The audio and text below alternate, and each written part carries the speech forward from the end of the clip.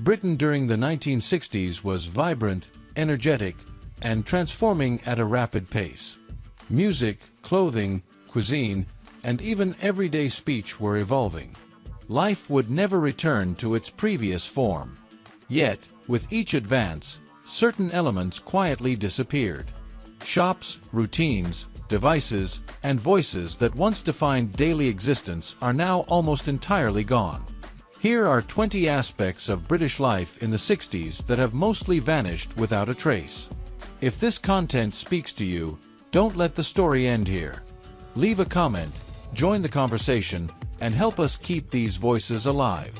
Subscribe for more journeys through time, and together, let's ensure these cities are never forgotten. Without further ado, let's continue. Before the era of supermarkets and plastic containers, mornings began with a gentle clink of glass bottles left at the doorstep. Electric milk floats moved silently through quiet streets, delivering fresh pints with a smile and a friendly wave. It was more than milk, it was a subtle ritual that brought neighbors together, sparked brief conversations, and marked the beginning of the day. Children ran eagerly to collect the bottles. Cats waited patiently by the crates, and everyone knew the milkman's face. With the arrival of home refrigerators and large retail chains, these milk floats gradually disappeared. The milk remained cold, yet the charm of doorstep delivery slowly faded. Weekends in summer once resonated with the sound of brass bands performing beneath open skies. Park bandstands transformed into small stages where families gathered on picnic blankets, polished shoes glinting in the sun, enjoying waltzes, love songs, and cheerful tunes. It was more than mere music, it was a gentle ritual binding communities together. Couples danced, children clapped, and friends nodded along in rhythm. These bands provided a heartbeat to local life. However, as pop music and television gained prominence, audiences dwindled, and the performances moved indoors. The magic of bandstand Sundays became a fading memory. Across rooftops in towns and cities, spindly aerials reached skyward like skeletal forests. They were as essential to the skyline as chimney pots and roof slates, necessary for receiving the fragile black and white television signals. Storms would knock them askew, prompting neighbors to climb ladders and adjust them. Every Saturday night depended on their precise alignment. Eventually, cable and digital services replaced these customs. Today, seamless streaming has eliminated the need for rooftop acrobatics and fuzzy reception. In towns such as Reading and Cardiff, trolley buses glided smoothly beneath humming overhead wires. Powered electrically, they offered a quiet, clean alternative to noisy diesel engines. Drivers memorized every twist and turn, while passengers read newspapers under the soft electric hum. Yet, as car ownership increased and urban planning evolved, these silent giants disappeared. Wires were dismantled, routes closed, and with them vanished a distinctly British form of transport. Did you ever ride on one, or recall seeing them in your area? Share your memories in the comments. Before neon-lit arcades and video games, simple penny machines offered thrills with every clink and buzz. Positioned outside cinemas or seaside halls, these mechanical amusements allowed children to experience small victories for just a few coins. Kids pressed their faces to the glass, twisted knobs, and hoped for extra turns. Prizes were modest, but the enjoyment was endless. The smell of popcorn mingled with coins and laughter. As technology advanced, these devices disappeared, leaving only fond memories of chasing one more spin. Banking in that era was deliberate, slow, and personal. Customers handed over their passbooks while clerks meticulously updated balances by hand, flipping through thick ledgers filled with neat columns of ink. It felt solid, reassuring, and intensely human. There were no screens, passwords, or rush, just paper trails, trust, and patience. When computers arrived in the 1970s, these personal rituals quietly vanished. Life accelerated, but something deeply personal was lost. The iconic British red telephone box once stood proudly on every street corner. With its glass panels and bright color, it offered privacy for whispered conversations, urgent messages, or nervous first dates. rain or shine, these booths were a familiar part of daily life. But as more homes acquired phones and mobile devices emerged, public phone boxes rapidly became obsolete. Many were removed or repurposed as small libraries or plant holders. Spotting one today feels like glimpsing a ghost from another era. In schools across Britain, the dinner lady was more than just a server. Clad in white coats and hairnets, they served hearty portions of pies, mash, and puddings with authority and precision. Their voices carried through echoing halls, controlling queues of restless children with a glance. Meals were freshly prepared on site, with no branded products or outsourcing, just tradition and routine. For some, their presence conveyed warmth. For others, it was a daily test of patience. As catering companies and modern menus took over, these formidable figures quietly disappeared, yet their memory remained vivid for a generation. Before email and instant messages, telegrams signaled urgency like nothing else. Delivered by hand, with bold block letters on an orange slip, they announced births, deaths, or congratulations. Each knock on the door carried anticipation, drama, and importance. By the 1970s, phones and modern communication replaced telegrams, and with them vanished that unique sense of suspense. Rural Britain once pulsed with small train stations connecting villages to the wider world. Quiet stations, with ticking clocks, linked communities to work, family, and opportunity. But after the 1963 Beeching Report, thousands of lines were closed. Tracks disappeared under weeds, platforms crumbled, and villages were cut off. The loss was not just transportation, it was connection, routine, and a shared rhythm of life that never returned. Every high street boasted a record shop. Dimly lit, filled with vinyl, alive with music, these independent shops were sanctuaries. Teenagers discovered new bands, debated albums, and formed friendships over shared tastes. Each shop had character. Posters lined walls, dusty speakers blasted hits, and owners often knew your favorite band. As chains, CDs, and digital music emerged, these spaces faded, leaving only memories in collectors' hands. The clash between mods and rockers transformed seaside towns into battlegrounds. Leather jackets and scooters met tailored suits and motorcycles, sparking fights over fashion, music, and pride. Police lines, headlines, and moral panic ensued.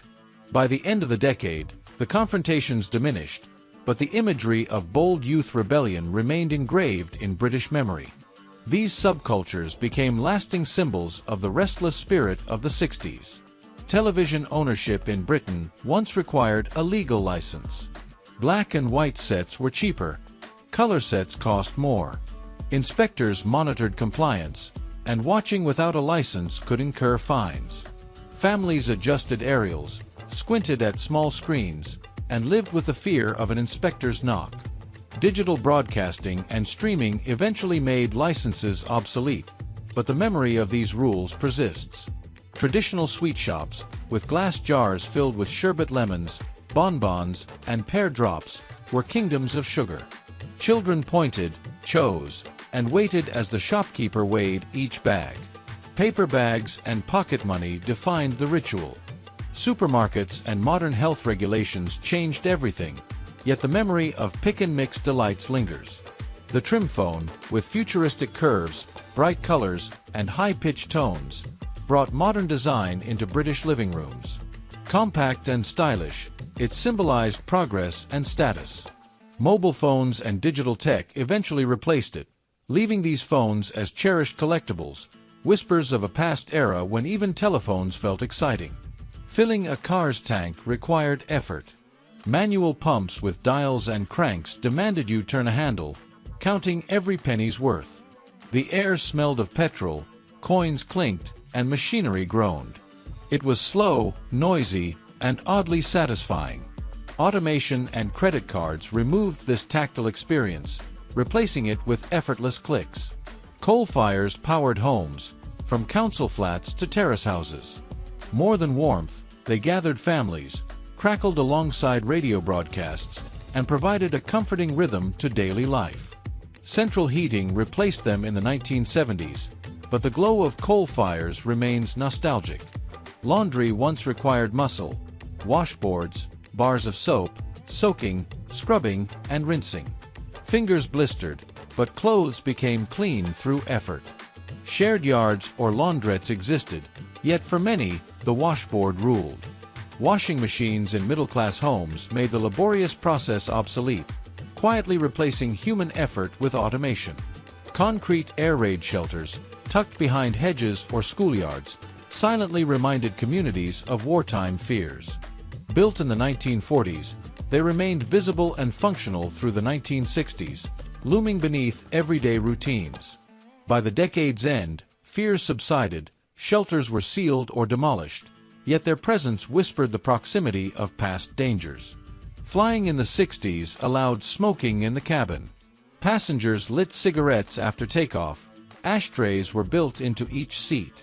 Flight attendants offered drinks and matches, leaving cabins filled with smoke from departure to landing. By the late 60s, health regulations and international rules phased out cabin smoking. Today, imagining such smoky skies feels almost impossible.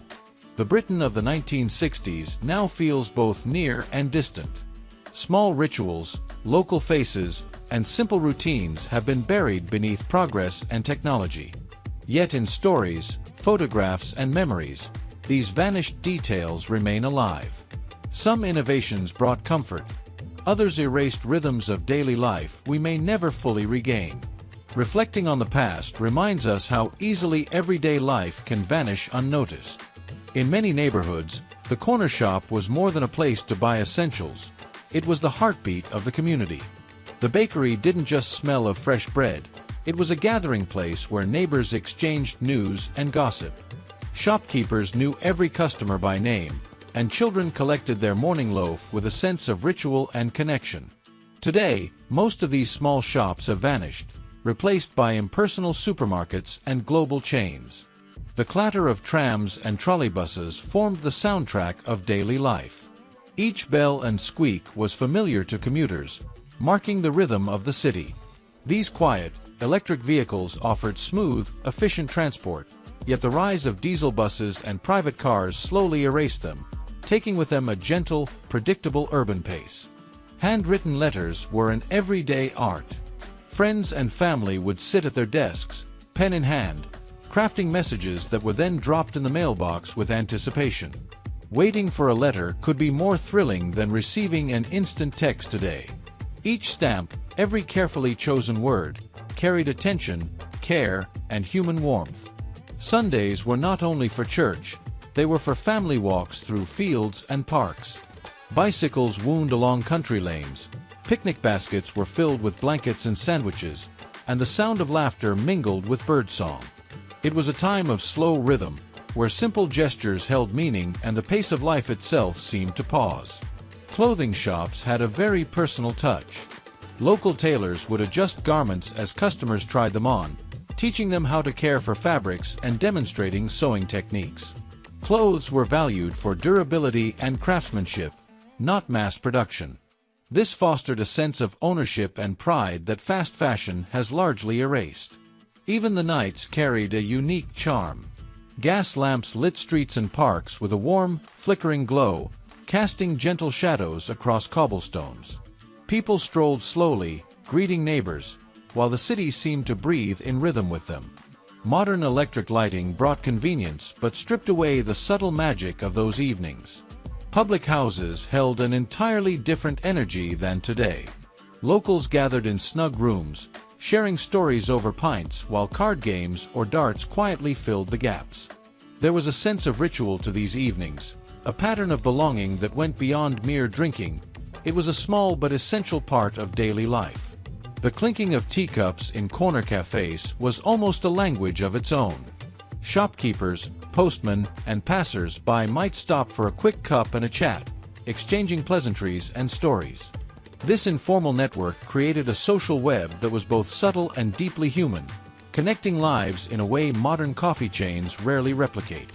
School playgrounds echoed with the sound of skipping ropes and marbles, not digital screens. Children invented games from imagination alone, negotiating rules and disputes on the spot. There was a sense of community in play, an understanding of fairness and cooperation learned without adult intervention or electronic devices. The local cinema was a sacred space. Dimly lit, smelling of popcorn and polished wood, it provided both escape and spectacle. Teenagers could share excitement over the latest film, whispering about plot twists or actors' performances. While streaming services now offer endless content, the communal thrill of sitting in a theater with neighbors and friends is almost entirely gone. If these memories moved you, don't let the story end here. Leave a comment, join the conversation, and help us keep these voices alive. Subscribe for more journeys through time, and together, let's ensure these cities are never forgotten.